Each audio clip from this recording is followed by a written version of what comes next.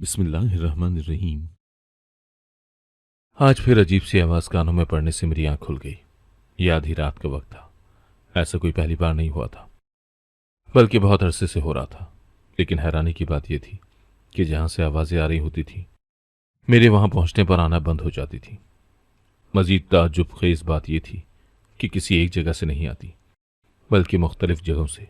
कभी store room, कभी balcony, तो कभी मेरी ही बेटियों के कमरे से। मगर वो हमेशा लाइल्मी का इजहार करती और मुझे कहा करती कि अम्मी, ये आपका वहम है। मगर मेरा दिल मानने को तैयार नहीं था। इतनी वाज़ेह आवाज़ें वहम नहीं हो सकती थी।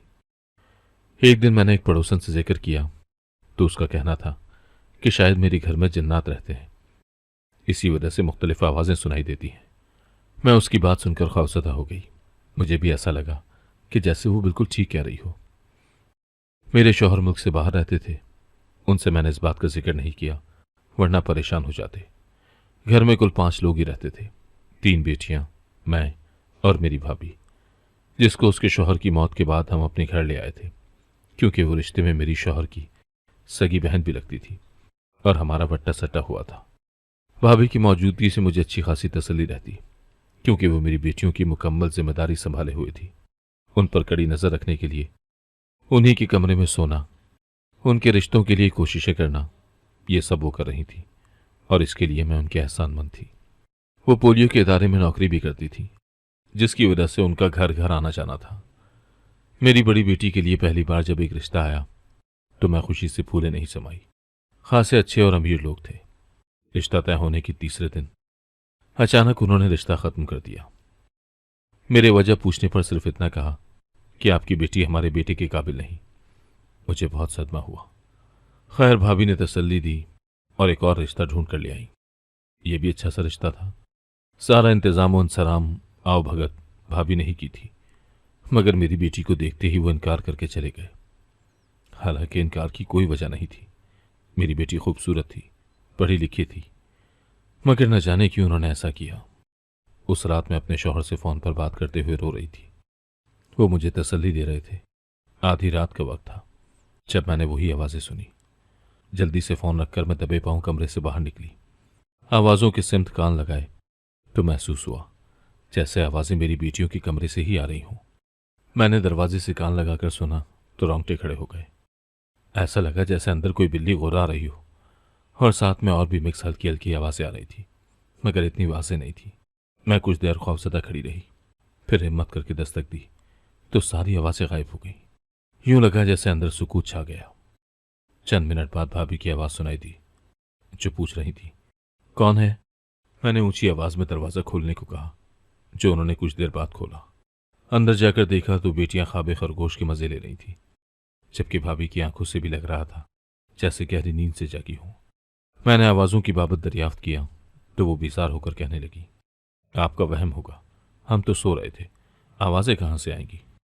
चारों नाचार उसकी बात पर यकीन करके वापस अपने कमरे में आ गई, क्योंकि वो जो कह रही थी वाकई सही लग रहा था। अगली सुबह एक और अजीब वाकया हुआ। भाभी ने बड़ी बेटी के रिश्ते के लिए कुछ लोगों को बुलाया। उन्होंने मेरी बेटी को देखा तो फौरन उठ गए और जाते जाते लड़के की मां बोली, तुम्हारी बदनाम बेटी से कौन शादी करेगा भला, जिसके इतने लड़कों से ताल्लुकात हो? उसकी बात सुनकर मैं शजदा रह गई। वो मेरी बाकिरदार बेटी पर इस तरह का घिनौना इल्जाम क्यों लगा गई? खैर, उसके बाद जो भी रिश्ता आता वो मेरी हर बेटी के किरदार की धज्जियां उड़ाकर चलता बनता। मैं इस सूरत हाल से सख्त उलझन में थी। पहले की तरह ये उलझन भी अपनी पड़ोसन से शेयर कर बैठी तो उसने आगे से जो बात कही उसे सुनकर मैं पूरी तरह चौंक गई। इस चीज की तरफ मैंने पहले कभी तवज्जो ही नहीं दी थी जिस तरफ उसने मेरी तवज्जो दिलाई थी। मैं शशोपंज में मुब्तला हो गई। कभी ऐसा लगता जैसे पड़ोसन की बात में वजन हो, और कभी लगता कि नहीं, ये गलत ख्याल है। चंद दिन बाद फिर एक रिश्ता आया। उनको तीनों बेटियां दिखाई कि वो उनमें से जिसको चाहे पसंद करने। उन लोगों ने जैसे ही मेरी बेटियों को देखा तो उनके चेहरों के तासुरात अजीब हो गए। वो बिना कुछ कहे उठकर जाने लगे तो मुझसे बर्दाश्त न हो सका। मैं चिल्ला उठी, क्या ऐसा क्या मसला है भला मेरी बेटियों में जो आप लोग ना करके जा रहे हैं? तो उन औरतों में से एक ने मेरी भाभी की तरफ इशारा करके कहा, जब तक ये औरत इस घर में रहेगी तुम्हारी बेटियां ना सिर्फ बदनाम कहलाती रहेंगी, बल्कि कोई उनसे शादी भी नहीं करेगा। मैं हक्का बक्का होकर अपनी भाभी की तरफ देखने लगी तो वो अचानक रोने लगी कि वो औरतें मेरे बारे में ऐसे बकवास क्यों करके गईं। मैं क्यों अपनी भतीजों की बदनामी और उनकी शादियां ना होने का बायस बनूंगी। मेरा दिल बसीज गया। मैंने उन्हें तसल्ली दी, मगर दिल के वहम को ना निकाल सकी। मुझे खोज सी लग गई। उधर मेरी पड़ोसन भी कई बार मुझे कह चुकी थी कि तुम्हारे मसलों की वजह तुम्हारी भाभी ही है, मगर मैं खामोश हो जाती थी। कई बार सोचा कि शौहर को बताऊं, मगर फिर ये सोचकर रुक जाती कि वो उसका सगा भाई था, हो सकता है उसे बुरा लग जाता। फिर एक दिन मुझे इंतहाई कदम उठाना पड़ा। जब एक तरफ आवाज़ों वाले सिलसिले ने और दूसरी तरफ बेटियों के लिए आने वाले रिश्तों ने परेशान कर रखा था। हुआ यूं कि मंझली बेटी को देखने कुछ लोग आए। वो अपने तौर पर आए थे। इस बार भाभी का अमल दखल नहीं था और एक बार फिर जिल्लत का सामना करना पड़ा जब उन्होंने भी वही बातें कहीं जो पहले कई लोग कहकर जा चुके थे। मगर इस दफ़ा अजीब बात यह हुई कि लड़के की माँ ने मेरी भाभी को देखकर कहा, यह औरत मनहूस है, बदकिरदार है, भतीजियों को भी अपने जैसा बना चुकी है। अगर मुझे पता होता कि ये वही घर है जहां कुछ अरसे पहले मेरी बहन आई थी तो मैं कभी यहां ना आती। वो औरत तो कहकर चली गई, मगर मेरे सब्र का पैमाना अब लबरेज हो गया। मैंने भाभी से कहा कि आप कुछ अरसे के लिए कहीं हॉस्टल वगैरह में शिफ्ट हो जाएं। हो सकता है कि मेरी बेटियों के रिश्तों में रुकावट आपकी वजह से ही हो। मुझे आपकी नीयत पर कोई शक नहीं, मगर आपका नसीब स्याह है जिसका साया शायद मेरी बेटियों पर पड़ रहा है।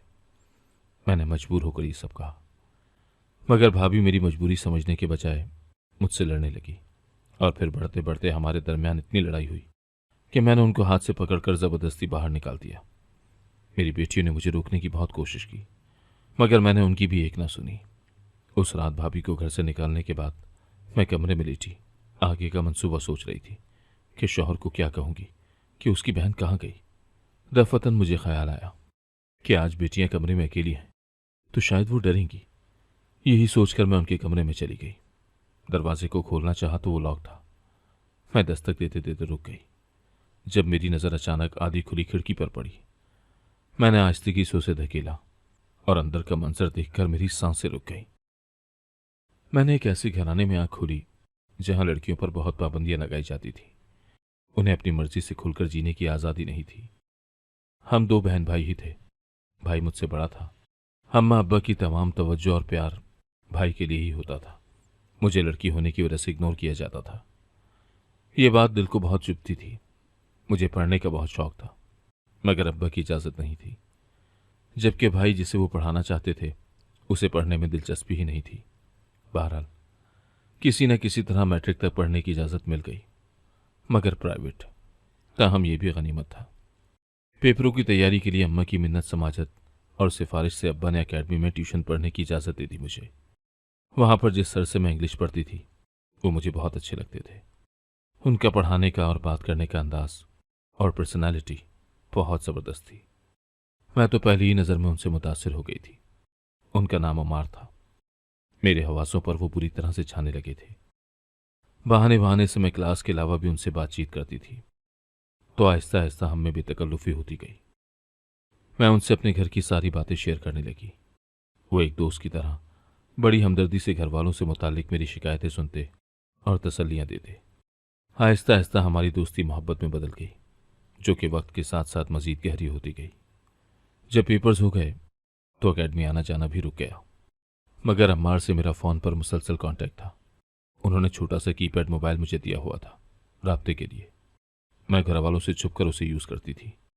मैट्रिक के बाद अब्बा और भाई ने मज़ीद पढ़ने की इजाज़त देना तो दूर, घर से बाहर निकलने पर ही पाबंदी लगा दी, क्योंकि उनका ख्याल था कि मज़ीद तालीम और बाहर की आबो हवा लड़की ज़ात को ख़राब कर देती है। इस पाबंदी ने मुझे और अम्मार को सख्त बेचैन कर दिया, क्योंकि हम मिल नहीं पा रहे थे। किसी सूरत में मुलाकात मुमकिन न थी। काफ़ी सोचो विचार के बाद हमने इसका ये हल निकाला कि रात को सबके सोने के बाद हमारी बैठक में मिला जाए। फिर रात को अब्बा अम्मा और भाई के सोने के बाद मैं अम्मार को बुला लिया करती थी। एहतियात के तौर पर सबकी चाय में नींद की गोली भी मिला देती थी। उसके बाद बेफिक्र होकर अम्मार और मैं 2-3 घंटे बैठक में गुजारते। रात की तन्हाई में बहकर हमने कभी हद पार तो नहीं की, लेकिन छोटी मोटी गलतियां हमसे हो ही जाती थी। हमारी मुलाकातों का सिलसिला कामयाबी से जारी था कि अचानक घर में भाई की शादी की बात चली। अम्मा से मालूम हुआ कि वो अब्बा के दूर परे के एक कज़न की बेटी को पसंद करते हैं। भाई के कहने पर अब्बा रिश्ता मांगने के लिए चले गए और उन लोगों ने हाँ भी कर दी, मगर बदले में मेरा रिश्ता मांग लिया। अब्बा ने साफ इनकार कर दिया क्योंकि वो लड़का आवारा और नशेई था। पहले तो कुछ अरसा वो लोग इस बात पर अड़े रहे कि उन्हें बदले में रिश्ता मिलेगा, तभी वो अपनी बेटी का रिश्ता देंगे। मगर सच शुक्र कि इस मामले में अब्बा को मेरा एहसास था, या जो भी वजह थी, उन्होंने भाई की नाराजगी की भी परवाह न की। कुछ अरसा तो वो लोग जिद करते रहे, मगर फिर उन्होंने अपनी बेटी का रिश्ता हमें दे दिया क्योंकि हम अच्छे खासे खाते पीते लोग थे। भाई की शादी हो गई, भाभी घर आ गई। शुरू शुरू में तो इतनी तवज्जो नहीं दी, मगर कुछ टाइम बाद मुझे एहसास हुआ जैसे भाभी मुझसे खार खाती हो। शायद वजह वही थी, उनके भाई को रिजेक्ट करना, और उस इनकार के बदला लेने के लिए उसने हथकंडे इस्तेमाल करना शुरू कर दिए। छोटी छोटी बातों पर भाई के कान भरती। नतीजतन घर में फिजा कशीदा रहने लगी। अम्मा मेरे लिए इधर उधर रिश्ते देख रही थी। मैं बार बार अम्मार को कहती रिश्ते का, मगर वो मुझे कुछ अरसा सब्र करने का कहता। उसकी 2 बड़ी बहनें थीं, उनकी जिम्मेदारी अम्मार पर थी। उसका कहना था कि जब तक उनकी शादियां नहीं हो जाती तब तक वो अपनी शादी के बारे में घर वालों से बात नहीं कर सकता। मैं शदीद परेशान रहने लगी थी क्योंकि अम्मा जिस तेज रफ्तारी से मेरे लिए रिश्ते ढूंढ रही थी, लगता था आजकल में कोई एक रिश्ता जरूर फाइनल कर देंगी। इसीलिए मैं अम्मार पर जोर देती कि वो सिर्फ रिश्ता भेज दे, मंगनी हो जाए तो तसल्ली भी हो जाएगी। उसके बाद शादी के लिए वो जितना अरसा इंतजार करने को कहेगा मैं इंतजार कर लूंगी। मगर अम्मार टाल मटोल करता। कभी कभी तो मुझे ऐसा लगता जैसे वो मुझसे शादी करना ही ना चाहता हो, मगर फिर उसकी वालेहाना मोहब्बत देखकर इस वहम को झुठलाना पड़ता। भाभी के आने के बाद मुलाकातों में थोड़ी कमी कर दी थी।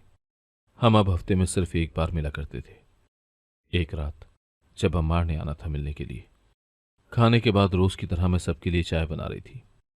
उसमें नींद की गोलियां मिलाने के लिए मैंने अलमारी से शीशी निकाली तो वो खाली थी। हालांकि मुझे अच्छी तरह याद था कि कुछ दिन पहले इसमें 3-4 गोलियां थी। ये गोलियां भी मुझे अम्मार ही लाकर दिया करता था। अब शीशी खाली देखकर मैं परेशान हो गई, मगर क्या करती, मजबूरी थी। अम्मार को मैसेज किया कि नींद की गोलियां खत्म हो गई। सो एक तो वो नींद की गोलियां भी लेता आए और दूसरा 11 बजे आने के बजाय अब 1 बजे आए, ताकि सब गहरी नींद में हो और मुझे तसल्ली हो। चाय पीने के बाद 10 बजे सब अपने कमरे में सोने के लिए चले गए।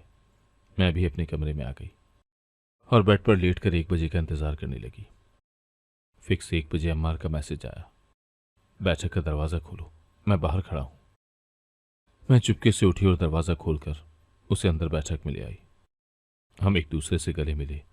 अम्मार सोफे पर बैठ गया, मैं भी साथ जुड़कर बैठ गई और सर उसकी गोद में रख दिया। वो मेरे बालों में उंगलियां चलाने लगा। हम दुनिया जहां से गाफिल अपनी सरगोशियों में मगन थे। होश तो तब आया जब धाड़ से बैठक का दरवाज़ा खोलकर भाई, भाभी, अब्बा, अम्मा सब दाखिल हो गए। हमें संभलने का मौका तक न मिला। अब्बा और भाई अम्मार पर टूट पड़े। मैं तो खौफ से बेहोश हो गई।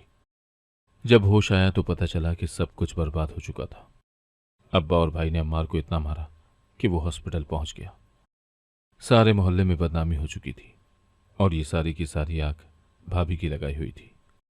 ये बात मुझे मोहल्ले की एक सहेली से पता चली कि भाभी मोहल्ले के हर घर में जा जाकर बड़े फख्र से बताती फिर रही थी कि मुझे अपनी नंद पर बड़े अरसे से शक था, मगर मैं उसे रंगे हाथों पकड़ना चाहती थी। इसीलिए उस रात में जागती रही और जब ये बैठक में अपने आशिक से मिलने गई तो मैं सबको जगाकर वहां ले गई। भाभी से मुझे अच्छाई की उम्मीद तो नहीं थी, मगर वो इतना बुरा करेंगी मेरे साथ ये नहीं सोचा था। खैर, उसके बाद मैं अब्बा, अम्मा और भाई की नज़रों में पूरी तरह गिर गई। भाई तो मुझे जान से मारने के दर पे था। अम्मा ने वास्ते देकर रोका हुआ था। उस वाकये के तीसरे दिन अम्मार की मां रोती हुई हमारे घर आई और मिन्नत समाजत करने लगी कि उसके बेटे को माफ करके रिहा करवा दिया जाए। तब मुझे मालूम हुआ कि भाई ने अपना असर रसूख इस्तेमाल करके अम्मार को हरासमेंट के केस में अंदर करवा दिया था।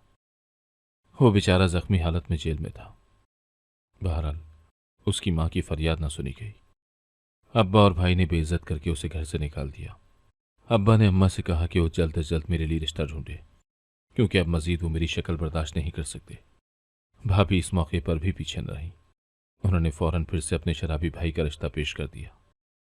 मैं हैरान थी कि वैसे तो वो मुझे पूरे मोहल्ले में बदकिरदार बदचलन कहते हुए न थकती थी, मगर अपने भाई के लिए उन्हें मैं कबूल थी। इस बार अब्बा ने इनकार न किया। भाई तो थे ही भाभी के हमनवा, मगर अम्मा ने अब्बा से कहा कि जब ब्याह ही है तो उससे क्यों नहीं जिसकी वजह से ये बदनाम हुई है। तब अब्बा सोच में पड़ गए।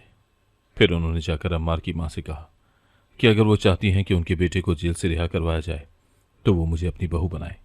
अम्मार की माँ फौरन राजी हो गई। अब्बा ने उसकी जमानत करवा दी। भाई को पता चला तो भाभी के भड़काने पर उन्होंने बहुत हंगामा किया, मगर अब्बा ने सख्ती से डांट दिया कि वो उनके फैसले में मुदाखलत न करें। अम्मार और मेरी शादी तय हो गई। मेरे दिल की मुराद पर आई, मगर भाभी के सीने पर सांप लौटने लगे। वो अम्मार से मेरा रिश्ता खत्म करवाने की दर पे थी। बिलाखिर वो इसमें कामयाब भी हो गई। मेरी शादी वाले दिन उन्होंने अम्मार को एक तस्वीर वाला लिफाफा दिया जिसमें मेरी एडिटिंग की गई थी। उन्होंने कहा कि मेरे उनके भाई के साथ नाजायज ताल्लुकात रहे हैं और मैं उसके भाई को भी बैठक में मिलने के लिए बुलाती रही हूँ। मैंने लाख सफाई देने की कोशिश की, मगर अम्मार ने भाभी की बातों पर ईमान लाकर उन झूठे सबूतों को सच मानते हुए कहा कि जो लड़की आधी रात को मुझे मिलने के लिए बुला सकती है तो किसी और मर्द को क्यों नहीं। ऐसे मशकूक किरदार की लड़की से मैं शादी नहीं कर सकता। अब्बा का सर मेहमानों के आगे शर्म से झुक गया। अम्मार और उसके घर वाले चले गए। सारे मोहल्ले वाले मुझ पर थू थू करने लगे। नतीजतन आखिर भाभी की मुराद बर आई। उनके आवारा और शराबी भाई से मेरा निकाह करके रुखसत कर दिया गया। शादी वाली रात मेरे शौहर ने अपने ठुकराए जाने का बदला लेने के लिए हर हद तक मेरी तजलील की। मेरी जिंदगी के बुरे दिनों का आगाज हो चुका था। शौहर समेत ससुराल वालों का रवैया इंतहाई खराब था। मुझे अम्मार की बहुत याद आती और भाभी की साजिश का सोचकर खून खौलता, मगर बेबस थी, कुछ नहीं कर सकती थी। मैं मजबूरी में रिश्ते को निभा रही थी, दिल से कबूल न कर सकी। इस तरह शादी को 3 साल गुजर गए। इस अरसे में यकी बाद दीगरे अम्मा अब्बा की वफात हो गई। अम्मा अब्बा के मरने के बाद भाई का रवैया अच्छा हो गया था, मगर अब क्या फायदा, मेरी जिंदगी तो बर्बाद हो चुकी थी। एक दिन मैं बाजार से सौदा सलफ लेने गई तो अचानक अम्मार मिल गया। वो अपनी गलती पर शर्मिंदा था, माफी मांग रहा था। मेरा दिल तो पहले ही उसकी मोहब्बत में कैद था, सो फौरन माफ कर दिया। एक बार फिर से हमारी मुलाकातों का सिलसिला शुरू हो गया। अम्मार का इसरार था कि मैं अपने शौहर से तलाक ले लूं, वो मुझसे शादी करेगा। मगर मुझे अच्छे से मालूम था कि मेरा शौहर बहुत जालिम इंसान है, कभी तलाक न देता, बल्कि ये बात सुनकर मुझे जान से ही मार देता। इसलिए एक दिन मेरे दिल में यह ख्याल आया कि उससे जान छुड़वाने के लिए क्यों ना मैं उसे जान से ही मार दूं। इस मकसद के लिए मैंने एक दिन अम्मार को मिलने के लिए बुलाया। जिस जगह उसे बुलाया ये एक ज़ेर तामीर 5 मंजिला बिल्डिंग थी, जिसका काम उन दिनों बंद था। हम 5वीं मंजिल की छत पर खड़े थे। मैं अम्मार को राजी करने की कोशिश कर रही थी, मगर वो तो जान लेने का सुनकर ही बिदक गया था। अभी हम में बहस ही हो रही थी कि अचानक वहां मेरा शौहर आ गया, जो कि शायद मेरा पीछा करता हुआ वहां आया था। मेरे तो पैरों तले से जमीन ही निकल गई। उसने आते ही मुझे गालियां बकना और मारना शुरू कर दिया। अम्मार की मौजूदगी में मुझ में हिम्मत आ गई और मैंने जवाबन उसका मुंह नोच लिया। उसने मेरा गला दबाने के लिए हाथ आगे बढ़ा ही थे कि सेल्फ डिफेंस में पूरी ताकत से मैंने उसे पीछे की तरफ धक्का दिया और वो 5 मंजिला बिल्डिंग से नीचे गिरकर मर गया। मैं और अम्मार खौफजदा होकर वहां से भाग गए। किसी को पता नहीं चला। सबने यही समझा कि शराब के नशे में वो ऊंचाई से गिरकर मरा है।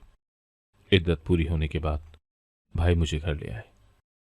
मैंने अम्मार से कांटेक्ट किया तो उसने मुझसे शादी के लिए साफ इनकार कर दिया और धमकी भी दी कि अगर मैंने उसका पीछा ना छोड़ा तो वो पुलिस को जाकर बता देगा कि मैंने धक्का देकर अपने शौहर को मारा है, जबकि हकीकत में ऐसा कुदरती तौर पर हुआ था।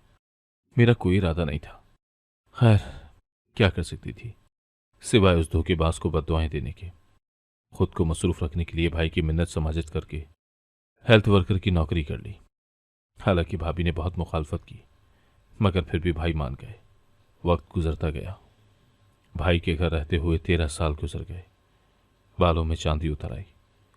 तीनों छोटी भतीजियां जवान हो गई। वो तीनों मुझसे बहुत अटैच थी, क्योंकि भाभी उनका हर काम मुझसे करवाया करती थी। मेरे भाई की औलाद थी, मुझे भी मोहब्बत थी उनसे। मैं उनका ख्याल रखती, उन पर अपनी तनख्वाह खर्च करती। रफ्ता रफ्ता भाभी का दिल मेरे लिए नर्म होता गया। उन्होंने बेटियों की तालीम और तरबियत की तमाम जिम्मेदारी मुझ पर डाल दी और खुद आज़ाद हो गई। भाई भी दुबई में जाकर सेटल हो गए। एक दिन मैंने मार्केट में अम्मार को देखा, अपनी बीवी बच्चों के साथ खुशबाश। सालों बाद मेरे अंदर दुख, जलन, इंतकाम बैक वक्त जाग उठे थे। अगर भाभी मेरी शादी के मौके पर वो जाली तस्वीर वाला ड्रामा न करती तो इस औरत की जगह मैं होती अम्मार की जिंदगी में। दूसरी बार भी वो मुझे छोड़ गया था। एकदम मेरे अंदर बदला लेने की ख्वाहिश जाग उठी और मेरे जहन में एक ख्याल आया जिस पर अमल दरामद करके मैं भाई भाभी से अपनी जिंदगी बर्बाद करने का बदला ले सकती थी। मेरी भतीजियां मेरी मुट्ठी में थी। उनकी ब्रेन वॉशिंग करने के लिए मुझे ज़्यादा मेहनत न करनी पड़ी और फिर सब कुछ मेरी मर्जी के मुताबिक होने लगा।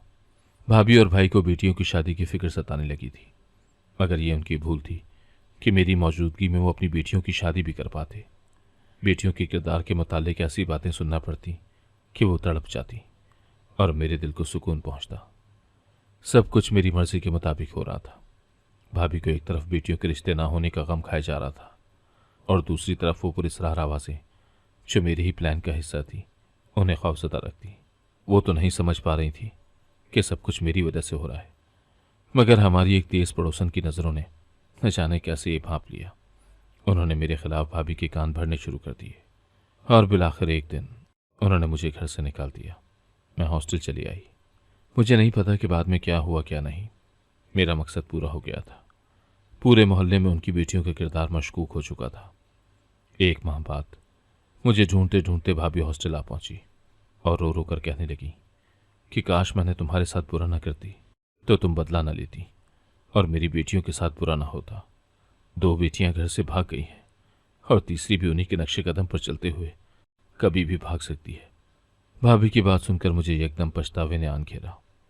मेरे साथ जो होना था वो तो हो गया, लेकिन मैंने क्यों बदला लेने के लिए अपनी मासूम भतीजियों को इस्तेमाल किया, उनके जहनों को गंदा किया, लड़कों से उनकी दोस्तियां करवाती रही, रात को उन्हें भतीजियों से मिलवाने के लिए बुलाती रही, भाभी को परेशान करने के लिए टेप रिकॉर्डर में आवाज़ें चलाती, उनके लिए जो रिश्ते लाती उनको पहले से ही कुछ पैसे देकर सिखा पढ़ा देती कि घर आकर भाभी के सामने उनकी बेटियों के बारे में ऐसी ऐसी बातें बोलनी है। मकसद सिर्फ भाभी को जख्म पहुंचाना था। भाभी ने जब मुझे घर से निकाला तो मेरी भतीजियां उसके बाद भी वही सब करती रहीं जो मैं उनसे करवाती, यानी रात को लड़कों को घर में बुलाकर मुलाकातें करना। वो तो एक रात भाभी ने देख लिया जब उनके कमरे में 2 लड़के मौजूद थे। भाभी को देखकर वो उसी खुफिया रास्ते से रफू चक्कर हो गए जिस रास्ते से कभी कभार भाभी के अचानक छापे की वजह से हम उन्हें निकाल देते थे। जब भाभी को सारी बात पता चली कि इन कामों पर उनकी बेटियों को मैंने लगाया है तो वो समझ गई कि मैंने बदला लिया है। खैर, भाभी ने मुझसे और मैंने उनसे किए की माफ़ी मांगी। वो मुझे घर वापस ले जाना चाहती थी, मगर किस मुंह से मैं जाती, क्योंकि सुना था कि भाई भी दुबई से आने वाले थे। न जाने वो मुझे माफ़ करते या नहीं। अब बस यही इंतज़ार है। अगर आपको आज की कहानी पसंद आई है तो वीडियो को जरूर लाइक कीजिएगा और अपने दोस्तों के साथ भी शेयर कीजिएगा। और हाँ, अगर आपने अभी तक हमारा चैनल सब्सक्राइब नहीं किया तो जरूर सब्सक्राइब करें। मिलते हैं कल एक नई और दिलचस्प कहानी के साथ। अल्लाह हाफिज।